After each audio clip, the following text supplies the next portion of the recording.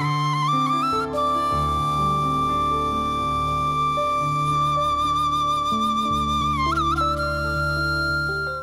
TV நேயர்களுக்கு இனிய காலை வணக்கம்.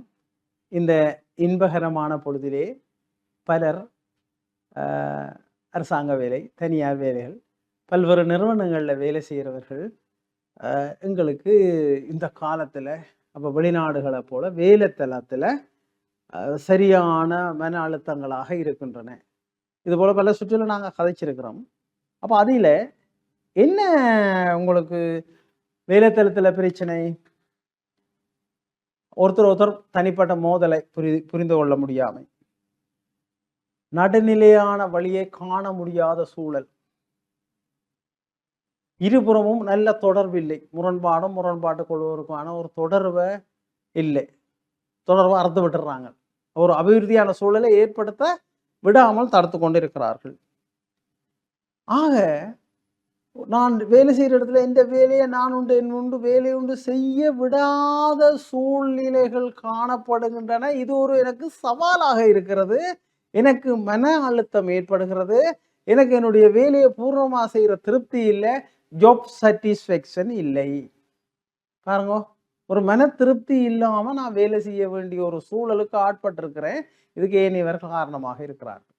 அப்போ இதில இருந்து வர மீளுதல். அப்போ இதில் மீள்றதுக்கு கட்டாயம் உங்களுடைய நிறுவன தலைவர், அதே போல் ஒவ்வொரு நிறுவனத்திலையும் இப்போ கவுன்சிலிங் என்ற சொல்லை பாவிக்காமல் ஹியூமன் ரிசோர்ஸ் மேனேஜ்மெண்ட், அந்த துறையினூடாக எல்லாரையும் வலுவூட்டுகின்ற செயற்பாடுகள் இன்று மேற்கொள்ளப்படுகின்றன. இப்போ நீங்கள் எங்களுடைய தொடர்பு கொள்ளலாம், நாங்கள் வலுவூட்டல் செயற்பாடுகளை மேற்கொள்கிறோம். அப்போ முதல்ல இந்த வலுவூட்டல் செயற்பாட்டில் இந்த பிரச்சனையை உன்னிப்பாக கேட்கணும். சரி, ஒருவருடைய பிரச்சனையை உன்னிப்பாக கேட்டாலே 50% பிரச்சனை தீர்ந்துடும். எல்லாரையும், அந்த நிறுவனத்தில் உள்ள எல்லாரையும் சில முக்கியமான தீர்மானங்களை மேற்கொள்வது பங்கு பெற செய்யணும். பங்கு பெற்றல் முகாமைத்துவம் பாருங்க, இது மிக முக்கியமாக தேவையாக இருக்கிறது. சில பொருத்தமற்ற அனுமானங்களை உருவாக்குறத நிறுத்திக்கிறவனும். சில குழுக்கள் வதந்திகளை பிறப்பும். இந்த பொருத்தமற்ற செயற்பாடுகளை நிறுத்திவிட வேண்டும். அப்ப எல்லா செயற்பாடுகளும் காட்சிப்படுத்தப்பட வேண்டும். எல்லாருக்கும் தெரியும், இன்னைக்கு இது நடந்து எல்லாம் காட்சிப்படுத்தப்படும். அது ஒரு பிரச்சனையும் வராது, ஓடிட் பிரச்சனையும் வராது, ஒரு பிரச்சனையும் வராது. அடுத்தது பாருங்கள், பொறுமை, அமைதியாக இருந்து தன்னுடைய உண்மையான நிலையை ப்ரூவ் பண்றது. அவசரப்படாங்க, டென்ஷன் படாங்க, உணர்ச்சி வசப்படாங்க, உங்களை உசுப்பேத்துவாங்க, நீங்க உசுப்படப்படாது. தான் மெச்சூரிட்டி.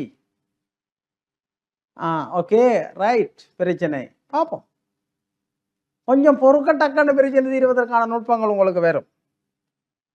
அப்ப பொதுவான இலக்கு, உங்களோட நிறுவனத்தின் பொதுவான இலக்கை நீங்க அடையிறதுக்கான சந்தர்ப்பங்களை பார்த்து அதை அடைய வேண்டும்.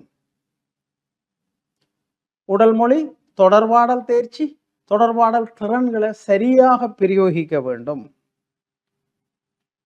நல்ல புத்திபூர்வமான தீர்மானங்கள் பாருங்க, உணர்ச்சி பூர்வமா தீர்மானிக்கிறது இல்லை, உணர்ச்சி வசப்பட்டு தீர்மானிக்கிறது இல்லை, புத்திபூர்வமா ஹியூமனிட்டிக் அப்ரோச், மனிதத்துவ அணுகுமுறையில நீங்க தீர்மானங்களை மேற்கொண்டாலே அமைதியாக பொறுமையாக, அது ஒரு உங்களுடைய நிறுவனத்துல நீங்க பிரச்சனைகளை இலகுவாக தீர்த்து கொள்கின்ற வழியாக காணப்படுகிறது.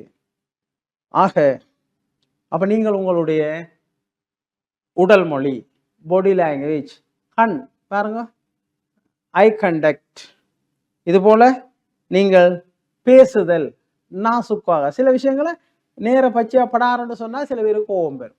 நாசுக்காக அழகாக சொல்லுதல், அல்லது சிலதுகளை சொல்லாம விடுறது, குறித்த சந்தர்ப்பம் வரைக்கும் உரிய முறைப்படி சொல்லுதல்.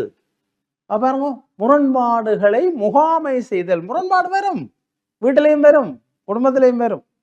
அப்ப இந்த வகையில நீங்கள் உங்களுடைய ஆற்றல்களை வளர்த்து கொள்கின்ற பொழுது, சமூக திறன்களை வளர்த்து கொள்கின்ற பொழுது நீங்கள் ஒரு வெற்றிகரமானவராக இருப்பீர்கள். நன்றி, வணக்கம்.